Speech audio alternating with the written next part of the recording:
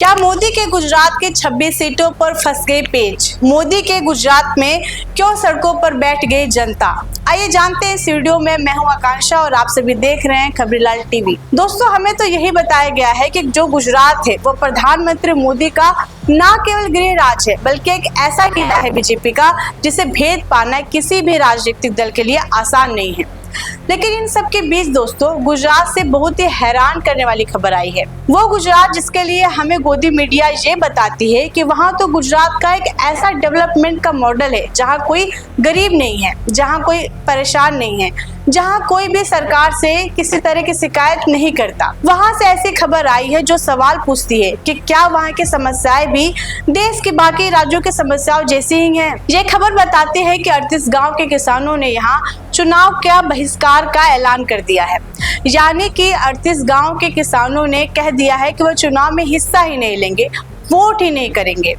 एक तरह से बायकॉट कर दिया है चुनाव का। दोस्तों, गुजरात के भरूच जिले के करीब 38 गांव के बीच जो किसान थे जिनकी 1 लाख तक जनसंख्या बताई जा रही है, उन 1 लाख किसानों ने ऐलान किया है कि वो आने वाले लोकसभा चुनाव में हिस्सा नहीं लेंगे। लोकसभा चुनाव का बायकॉट का ऐलान किया है। इन किसानों ने Delhi Mumbai expressway, bullet train और भभूत बैराज योजना का निर्माण में जमीन गंवाने वाले किसान लंबे समय से मुआवजे के लिए आंदोलन कर रहे हैं, लेकिन उनको मुआवजा नहीं मिल रहा। केंद्रीय मंत्री नितिन गडकरी समेत तमाम बड़े लोगों को यह बाकायदा ज्ञापन भी दे चुके हैं, लेकिन इनकी सुनने वाला कोई नहीं है।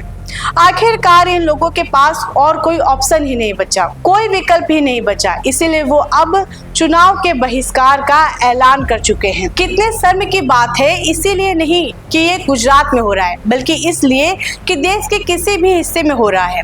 ये बहुत ही शर्म की बात है, क्योंकि अगर हम मदर ऑफ डेमोक्रेसी के नाम पर दंभ भरते हैं, दुनिया के सबसे बड़े लोकतंत्र होने का दावा करते हैं, तो ये किस हद तक की बेचारगी है एक वोटर के लिए कि वो लोकतंत्र का महापर्व जिसका इंतजार हर एक वोटर करता है कि 5 साल में मैं अपना सांसद चुन पाऊंगा और वह सांसद देश की सरकार बनाएगा, देश के प्रधानमंत्री को चुनेगा।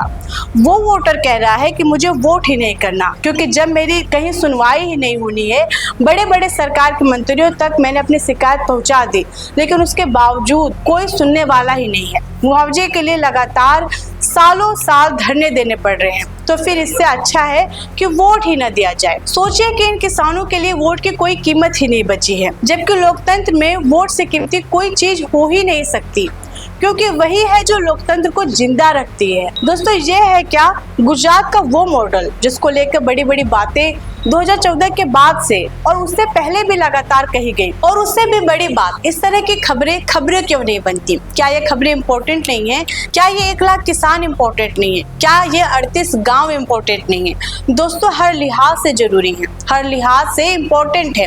किसी के लिए हो ना हो, लेकिन बीजेपी के लिए है, क्योंकि गुजरात में बीजेपी ने क्लीन स्वीप किया था 2019 के चुनाव में।